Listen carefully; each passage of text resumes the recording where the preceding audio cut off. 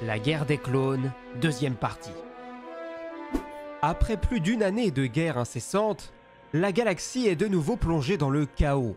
Les séparatistes s'emparent peu à peu de toute la bordure extérieure, tandis que les républicains ne peuvent que compter sur leurs maigres troupes composées de soldats clones pour tenter de riposter. Et au milieu de cela, les Jedi continuent de mener la lutte, peu importe le champ de bataille, redoutant de se perdre eux-mêmes au cours de ce terrible conflit. Un an après la bataille de Geonosis, le comte Dooku prend contact via son agent Asajj Ventress avec les leaders d'Ordre Cestus, afin de passer une importante commande de biodroïdes, ce qui en échange permettrait aux locaux de recevoir une importante somme d'argent, qui devrait les mettre à l'abri dans ce contexte galactique tout à fait incertain. Cependant, lorsque l'information arrive aux oreilles des Jedi, ceux-ci ne peuvent laisser leurs ennemis se procurer une nouvelle armée sans réagir. Kit Fisto, Obi-Wan Kenobi ainsi qu'une flotte d'invasion sont envoyés sur place dans un premier temps pour tenter de négocier et si jamais, pour passer à la manière forte, ce qui incluait du sabotage ou des bombardements si leur mission venait à échouer. Ce qui finit malheureusement par arriver jusqu'à ce qu'un clone se décide à sacrifier sa vie afin de détruire les usines de production. Dans les semaines qui suivent, la République doit faire face à un immense problème. Certaines régions qui leur sont encore fidèles se retrouvent totalement isolées. C'est notamment le cas de Sullust, qui finit tragiquement par flancher, mais c'est également le cas d'Eriadu. Une campagne de reconquête est alors menée par Gideon Tarkin, le frère de Wiluf Tarkin, et bien que celle-ci fut difficile, la République parvient à remettre la main partiellement sur le secteur suisse.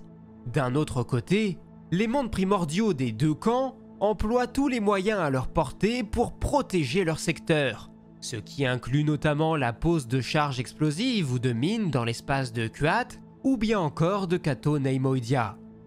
Anakin et Obi-Wan, quant à eux, se chargent de ramener la paix sur la planète Sky, tandis que Mace Windu essaye de résoudre le problème posé par les mines sur la route commerciale de Rima. Ce n'est que le mois suivant que se déclenche l'un des plus terribles conflits de toute la guerre des clones avec la tristement célèbre bataille de Jabiim. Cette planète est alors complètement divisée entre deux camps, les loyalistes républicains d'Orlys Gilmoon et les nationalistes favorables à une alliance avec les séparatistes menés par Alto Stratus. Jabiim était une planète particulièrement riche en minéraux. Le chancelier Palpatine autorise donc l'usage de la force pour protéger les loyalistes.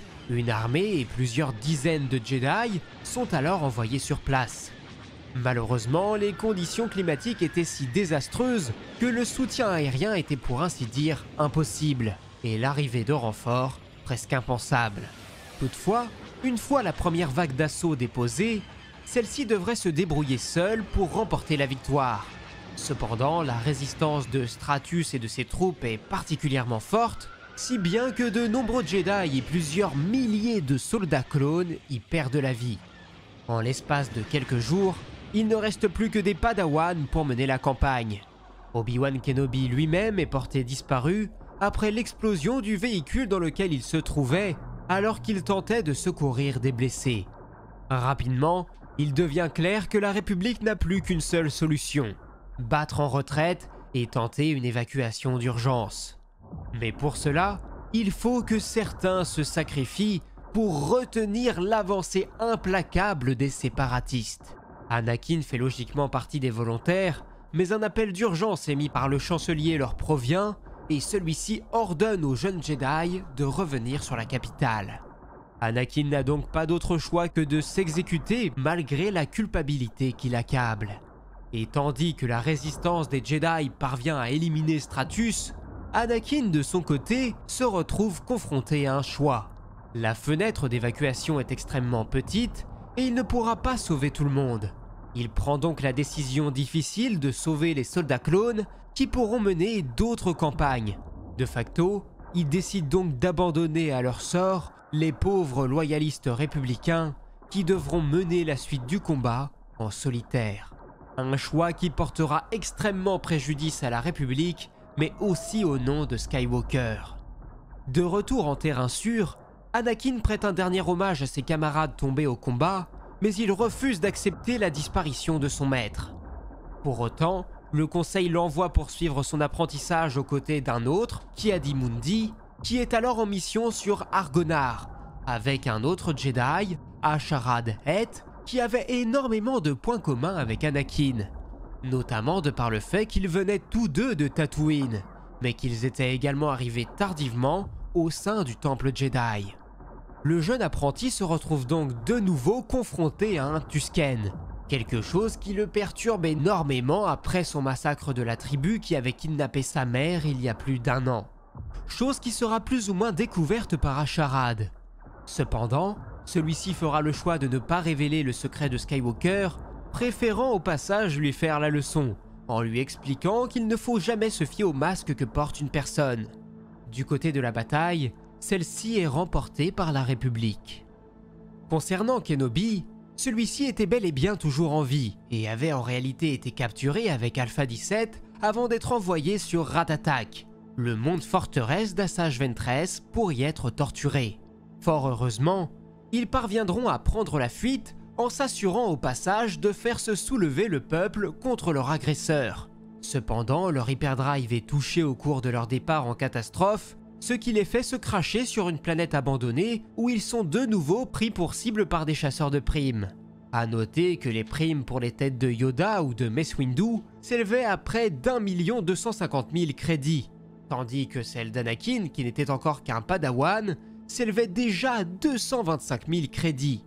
Quoi qu'il en soit, Anakin ressent de nouveau son maître à travers la Force et décide de partir à sa rescousse. Une fois de retour sur Coruscant, tous ensemble, Obi-Wan peut reprendre le tutorat d'Anakin, laissant Maître Mundi repartir sur la ligne de front. Alpha 17, quant à lui, retourne sur Kamino pour entraîner les nouvelles générations de soldats clones. Skywalker en profite d'ailleurs pour proposer à celui-ci de donner des vrais noms à ses confrères, ce qui serait fait, car la toute nouvelle génération de commandants sera toujours pourvue de noms et plus seulement de matricules. Ce sera par exemple le cas du commandant Cody. Cependant, toujours sur la capitale, le chancelier se voit octroyer de nouveaux pouvoirs qui le rendent toujours plus puissant, en renforçant son contrôle sur les différents systèmes. La rumeur qui courait alors prétendait qu'il ne faudrait pas longtemps avant que la capitale galactique n'impose ses propres gouverneurs pour surpasser la régence des gouvernements locaux. La République essuyait d'ailleurs à ce moment-là plusieurs revers particulièrement durs. Tout d'abord dans le secteur suisse, où la résistance finit par tomber, ou bien encore sur Serea, où le président Borota est assassiné par les séparatistes. Par là même, le croiseur du sénateur d'Alderaan, Bail Organa, est abordé par des pirates, ce qui sera utilisé par le chancelier pour se voir octroyer encore une fois de nouveaux pouvoirs d'urgence, avec pour objectif de façade d'assurer la sécurité de ses concitoyens. Cependant, certains sénateurs, dont Bail Organa faisait partie, s'inquiétaient de cette accumulation de tant de pouvoir entre les mains d'une seule personne.